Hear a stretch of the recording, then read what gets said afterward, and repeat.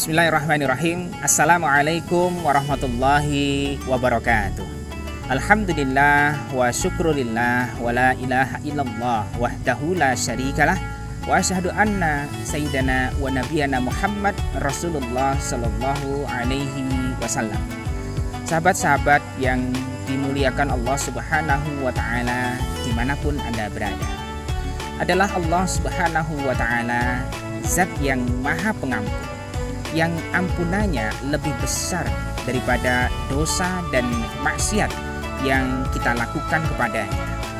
Kita mendengar Sayyidina Umar radhiyallahu anhu, beliau berkata, sesungguhnya Allah menyembunyikan ridhonya di antara amal-amal perbuatan yang dilakukan oleh manusia, dan Allah menyembunyikan murkanya di balik dosa-dosa yang dilakukan oleh manusia, dan Allah menyembunyikan kekasih-kekasihnya di antara orang-orang yang diremehkan oleh manusia. Masya Allah, maka kita tidak boleh meremehkan tiga hal ini. Yang pertama adalah amal-amal yang mengundang ridha Allah Subhanahu wa ta'ala. Amal yang kita lakukan bukanlah besar atau kecilnya, atau dahsyat atau remehnya, tetapi amal yang ingin kita bawa ke hadapan Allah Subhanahu wa ta'ala adalah amal yang kemudian mengundang ridhonya. Ridho Allah Subhanahu wa ta'ala adalah ahsanul amal, yaitu amal yang kemudian paling ikhlas dan paling mengikuti apa yang diperintahkan oleh Allah Subhanahu wa ta'ala dan tuntunan Rasulullah Shallallahu Alaihi Wasallam. Nah, setelah amal-amal fardu yang kita lakukan, maka hendaknya kita mempunyai amal-amal yang kemudian kita rahasiakan, kita jaga, kemudian kita dawamkan dan kita lakukan secara terus-menerus meskipun itu kecil. Karena apa? Ahabbul a'mal indallahi adwamuha wa in qalla.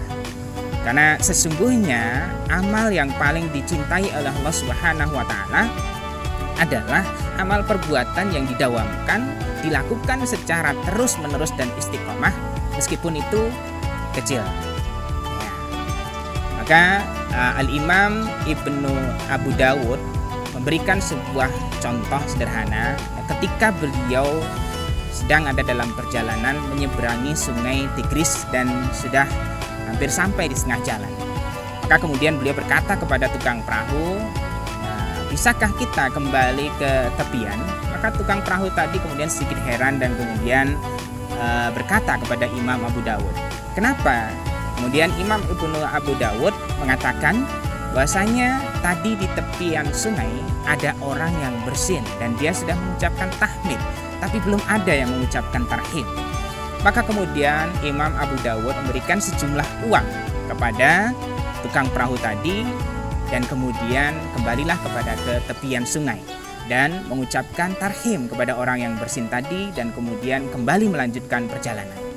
Nah, sehari kemudian orang-orang yang ada di dalam kapal tadi kemudian bermimpi bahwasanya Imam Abu Dawud telah membeli surga dengan 1 dirham. Maka benarlah apa yang dikatakan Imam Abu Dawud, la'allahu mujibat du'a. Seandainya orang tadi kemudian mengucapkan yahdikumullah wa yuslih balahu, maka sesungguhnya semoga doa itu yang kemudian diijabah oleh Allah Subhanahu wa taala. Yang kedua adalah jangan pernah meremehkan dosa-dosa yang kita lakukan di dalam dunia ini. Karena sebagaimana kata Hudail bin Iyad, bahwasanya bukan seberapa besar atau kecil dosa yang kita lakukan, tetapi seberapa maha besarnya zat yang kita durhakai, yang kita dosa kepadanya. Boleh jadi Allah Subhanahu wa ta'ala memberikan kita satu dosa besar yang kemudian membuat kita itu takut dan kemudian taubat kepadanya. Itu lebih baik daripada dosa-dosa yang kecil yang kemudian kita lakukan secara terus-menerus sehingga mengundang murka dari Allah Subhanahu wa ta'ala. Yang ketiga adalah jangan pernah kita meremehkan manusia-manusia yang lainnya. Karena sesungguhnya kekasih-kekasih Allah itu adalah atqiyaul akhfiya, adalah orang-orang takwa yang tersembunyi. Maka sesungguhnya Allah Subhanahu wa taala mengajarkan kepada kita agar kita tidak mengukur seseorang, ketakwaan seseorang itu berdasarkan dari paras wajahnya atau harta benda dan nasabnya. Karena apa? Inna akramakum indallahi atqakum. Karena sesungguhnya yang paling takwa di antara kamu, yang paling mulia di antara kamu adalah orang yang paling takwa kepada Allah Subhanahu wa taala. Maka sayangnya Allah Subhanahu wa taala ini tidak menampilkan ketakwaan kita itu di dalam wajah-wajah kita.